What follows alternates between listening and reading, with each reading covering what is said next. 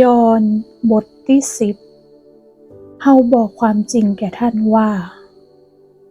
ผู้ที่บ่ได้เข้าไปในคอกแกะต่างประตู แต่ปีนเข้าไปทางอื่นนั้น เป็นขโมยและโจร แต่ผู้ที่เข้าทางประตูก็เป็นผู้เลี้ยงแกะ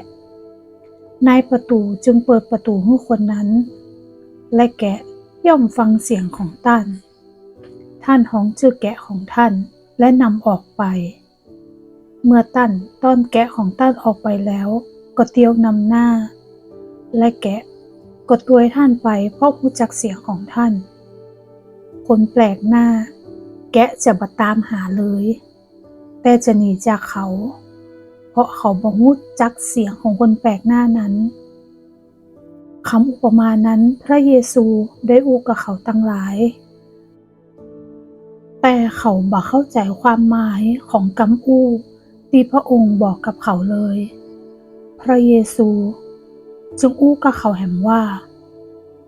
เฮาบอกความจริงแก่ท่านว่า เฮาเป็นประตูของแกะตั้งหลาย บรรดาคนที่มาก่อนเฮานั้นเป็นขโมยและโจร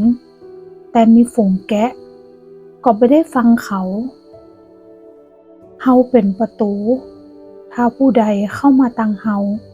ผู้นั้นจะรอด และเขาจะเข้าออก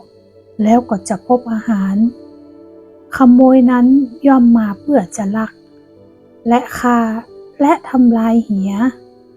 เฮาได้มาเพื่อเขาทั้งหลายจะได้มีชีวิต และจะได้อยู่อย่างครบบริบูรณ์ เฮาเป็นผู้เลี้ยงที่ดี ผู้เลี้ยงที่ดีนั้นย่อมสละชีวิตของตนเพื่อฝูงแกะ แต่ผู้ที่รับจ้างบ่ได้เป็นผู้เลี้ยงแกะ และฝูงแกะบ่เป็นของเขา เมื่อหันหมาป่ามา เขาก็พากันละฝูงแกะหนีไปเหีย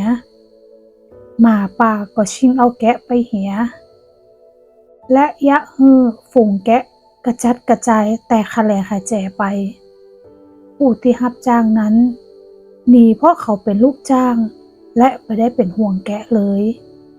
เฮาเป็นผู้เลี้ยงที่ดี และเฮารู้จักแกะของเฮา และแกะของเฮาก็รู้จักเฮา เหมือนพระบิดาทรงรู้จักเฮา เฮาก็รู้จักพระบิดาตัวย และชีวิตของเฮา เฮาสละเพื่อฝูงแกะ แกะอื่นที่บ่ได้เป็นของคอกนี้ เฮาก็มีอยู่ แกะเหล่านั้นเฮาก็ต้องพามาตัวย และแกะเหล่านั้นจะฟังเสียงของเฮา แล้วจะรวมกันเป็นฝูง แล้วก็จะมีผู้เลี้ยงเพียงผู้เดียว ด้วยเหตุจะอี้พระบิดาของเฮาจึงทรงรักเฮาและสละชีวิตของเฮาเพื่อจะรับชีวิตนั้นคืนมา บ่มีผู้ใดชิงชีวิตไปจากเฮาได้ แต่เฮาสละชีวิตด้วยใจสมัครของเฮาเอง เฮามีสิทธิ์ที่จะสละชีวิตนั้น และมีสิทธิ์ที่จะรับคืนแหม พระบัญชานี้เฮาได้รับมาจากพระบิดาของเฮากำอูนี้จึงยะให้หมู่เจ้าอยู่แตกแยกกันแหม หมู่เขาหลายคนอู้ว่า เขามีผีสิงและเป็นผีบ้าตั้นฟังเขาแย่หยัง พวกอื่นก็อู้ว่ากรรมอย่างอี้บ่เป็นกรรมของผู้ที่มีผีสิง ผีจะยะให้คนตาบอดพอหันได้กะ ขณะนั้นเป็นเทศกาลเลี้ยงฉลองพระวิหารที่กรุงเยรูซาเล็มและเป็นยามหนาว พระเยซูเที่ยวไปอยู่ในวิหารที่เฉลียงของซาโลมอน แล้วหมู่เจ้ายิวก็พากันมาห้อมล้อมพระองค์ไว้ และทูลพระองค์ว่า จะยะให้เฮาสงสัยแห่มเมินเต้าใด ถ้าท่านบ่ใช่เป็นพระคริสต์ก็จงบอกเฮาให้ชัดแจ้งเตอะ พระเยซูตรัสตอบเขาตั้งหลายว่า เฮาได้บอกท่านตั้งหลายแล้ว และท่านบ่เชื่อ การซึ่งเฮาได้ยะในพระนามของพระบิดาของเฮา ก็เป็นพยานให้แก่เฮา